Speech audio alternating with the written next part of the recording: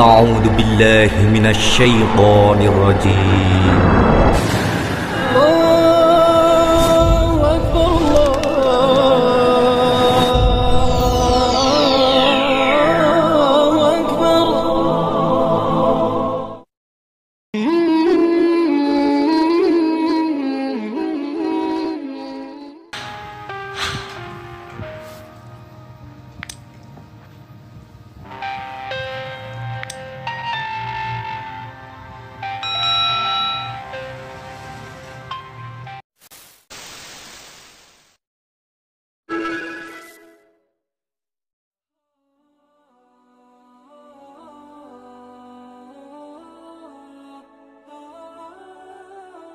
Assalamualaikum warahmatullahi wabarakatuh. Sahabat beriman, Umar bin Khattab dikenal dengan tokoh yang sangat pemberani. Ia ikut terlibat dalam beberapa peperangan untuk memperjuangkan Islam. Namun karena kebencian dan dendam seorang budak Majusi, Khalifah Umar pun berhasil ditikam hingga terbunuh. Tetapi sebelum wafat, ia berpesan kepada para keluarga dan sahabat-sahabatnya. Pesan apakah itu?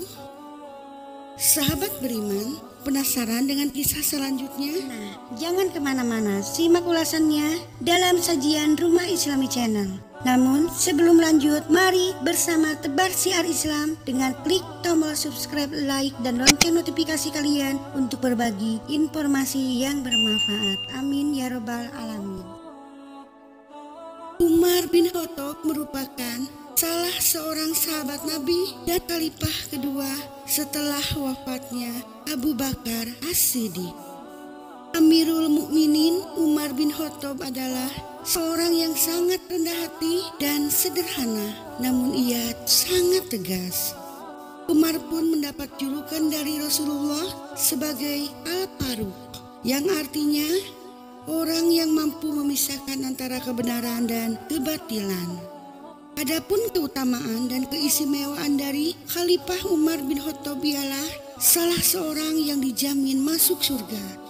Seperti yang diungkapkan dalam sebuah hadis dari Anas bin Malik radhiyallahu anhu, beliau berkata bahwa Rasulullah Shallallahu alaihi wasallam bersabda, "Ketika aku masuk surga, tiba-tiba aku melihat istana dari emas, maka aku pun bertanya, untuk siapa ini?" Dan malaikat pun menjawab, "Untuk seorang pemuda dari suku Quraisy." Aku pun mengira bahwa itu adalah aku. Maka aku bertanya, "Siapa dia?"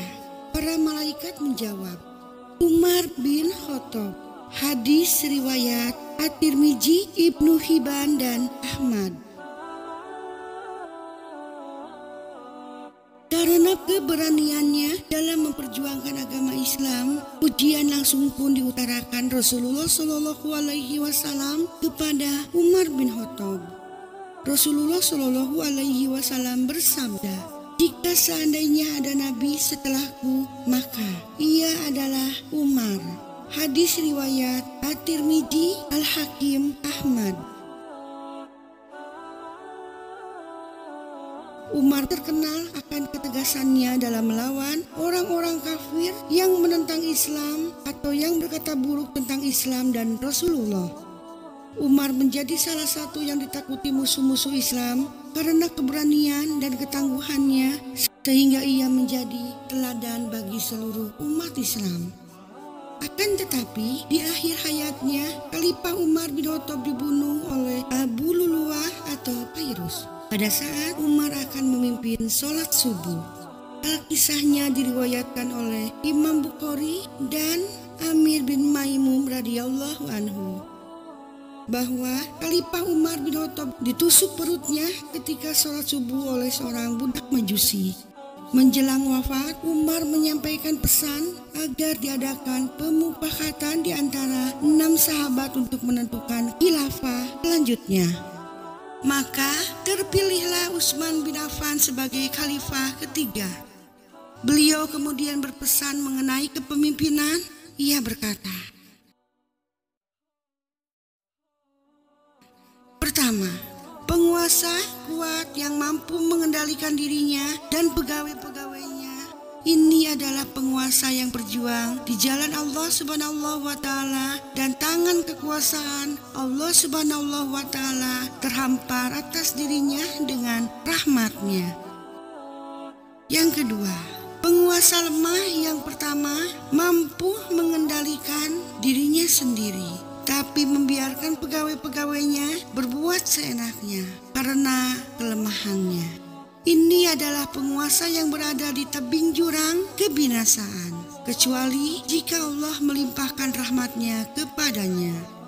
Yang ketiga, penguasa yang mampu mengendalikan pegawai-pegawainya dan membiarkan dirinya berbuat seenaknya. Penguasa ini adalah bahaya yang menghancurkan. Yang keempat, penguasa yang membiarkan dirinya sendiri dan pegawai-pegawainya berbuat seenaknya sehingga semuanya binasa.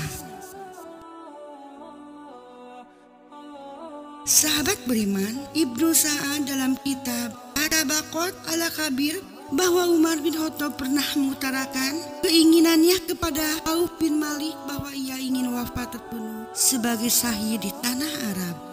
Bahkan sampai pernah berdoa kepada Allah Subhanahu wa Ta'ala, "Ya Allah, berikanlah aku karunia kematian sebagai syahid di jalan-Mu, dan jadikanlah matiku berada di negeri Nabi-Mu." Kemudian Umar berbaring di pangkuan putranya Abdullah ibnu Umar. Dia berkata kepadanya, "Tempatkan pipiku di lantai." Abdullah ibnu Umar radhiyallahu anhu berkata, "Kenapa ayah?" Sembari mengecup kening Umar dan menempatkan pipinya di lantai. Umar berkata, "Jika aku ditakdirkan berada di surga, maka bantal surga lebih lembut daripada pahamu. Dan jika aku ditakdirkan masuk neraka, maka kau tidak menginginkan seorang penghuni neraka di atas pahamu." Selain itu, ia juga meminta kepada anaknya agar menjual benda-benda yang dimilikinya untuk melunasi utang-utangnya, sebab ia tidak ingin meninggalkan dunia dengan membawa kewajiban yang belum diselesaikan. Kemudian Umar radhiyallahu anhu memberitahu anggota keluarganya, "Lembut-lembutlah dalam mengkafaniku, karena jika Allah menakdirkanku surga, maka Allah akan memberikanku yang lebih baik daripada ini.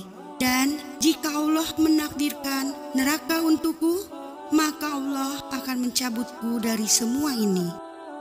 Serta berlembutlah dalam menggali kuburku, karena jika Allah menakdirkanku surga, maka Dia akan meluaskan kuburku. Dan jika Allah menakdirkan neraka untukku, maka kubur itu akan menghimpitku."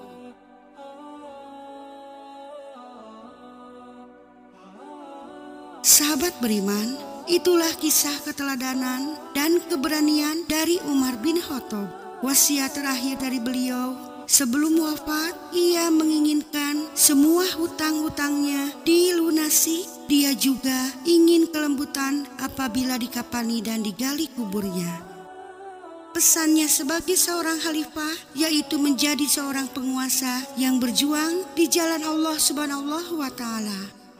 Beliau juga meminta mati dalam keadaan syahid, berdoa memohon agar dimatikan dalam keadaan syahid, termasuk doa kebaikan.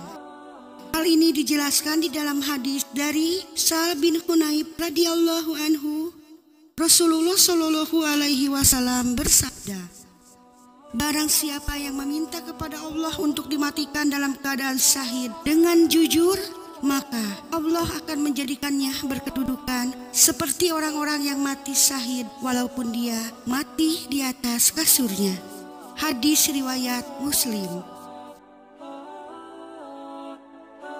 Sahabat beriman, terima kasih sudah menonton. Semoga bermanfaat bagi kita semua, dan semoga channel ini terus berkembang agar senantiasa memberikan hal-hal yang bermanfaat untuk kita semua. Amin ya robbal alamin. Semua yang baik datangnya dari Allah Subhanahu wa Ta'ala, dan segala hilaf mohon dimaafkan.